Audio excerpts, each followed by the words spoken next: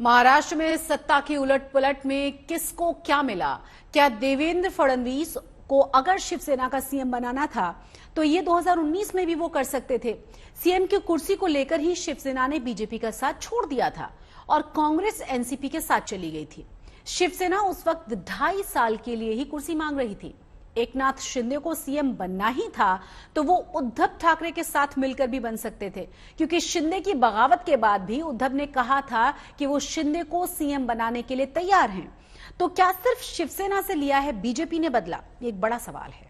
एकनाथ शिंदे जी के साथ शिवसेना जो है, शिवसेना के नेता के रूप में मुख्यमंत्री पद के लिए अपना क्लेम माननीय राज्यपाल जी को दिया और गवर्नर साहब ने श्री एकनाथ शिंदे जी को 7:30 बजे शपथ के लिए न्योता दिया है।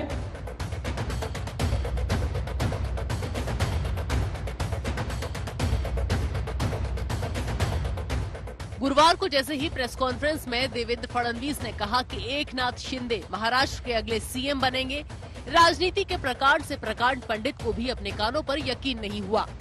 भारतीय जनता पक्षाने हा निर्णय केला की श्री एकनाथ शिंदे साहेब यांना भारतीय जनता पार्टी समर्थन देईल आणि श्री एकनाथ शिंदे हे मुख्यमंत्री होतील। एकनाथ शिंदे की बगावत के बाद उद्धव ठाकरे ने तंज कसते हुए कहा था कि अगर उनके बाद कोई शिवसैनिक सीएम बने तो वो तुरंत पद छोड़ने को तैयार हैं। ठाकरे की इच्छा पूरी हो गई, पद भी गया, शिंदे सीएम भी बन गए, पर इसके पीछे पॉलिटिक्स क्या है?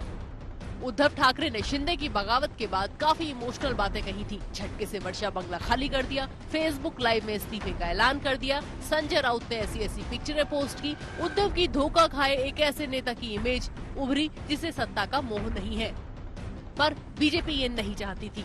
अब शिंदे को सीएम बनाने के बाद बलिदान और त्याग की मूर्ति बन गए हैं देवेंद्र फडणवीस। शिवसेना ने बीजेपी को एक बड़ा घाव दिया था। शिवसेना को आज इस स्थिति में लाकर बीजेपी ने अपना बदला ले लिया है। एकनाथ शिंदे मराठा समुदाय से आते हैं। महाराष्ट्र की 13 करोड़ की आबादी में से 30% मराठा है, जिन पर एनसीपी का वर्चस्व माना जाता है।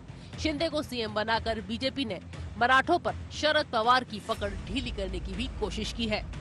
आज तक ब्यूरो।